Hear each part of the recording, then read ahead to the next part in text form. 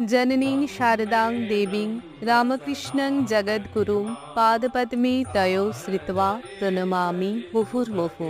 ঠাকুর মা স্বামীজির চরণে অভূমিলুণ্ঠিত প্রণাম জানিয়ে আজ আমি সুহাসিনী দেবীর লেখার থেকে কিছুটা অংশ আপনাদের সামনে তুলে ধরার চেষ্টা করলাম। তিনি লিখেছেন, একদিন একটি ভক্ত মেয়ে হাসতে হাসতে বলল, আচ্ছা মা, আজ কত ছেলে মেয়ে মা মা বলে এসে আপনাকে এত বিরক্ত করছে।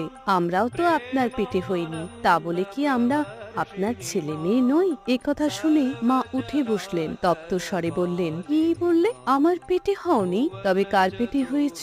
আমার ছেলে মেয়ে নও, তবে কার ছেলে মেয়ে? আমি ছাড়া মা আর কেউ আছি নাকি? সব মেয়ের ভেতরই আমি, সব মায়ের মধ্যেই আমি রয়েছি। যে যেখান থেকে আসুক সবাই আমার ছেলে মেয়ে, এটা সত্যি সত্যি জানবে। মা বলে ডেকে যারাই আমার কাছে আসে তারা সবাই আমার ছেলে মেয়ে। জয় মা।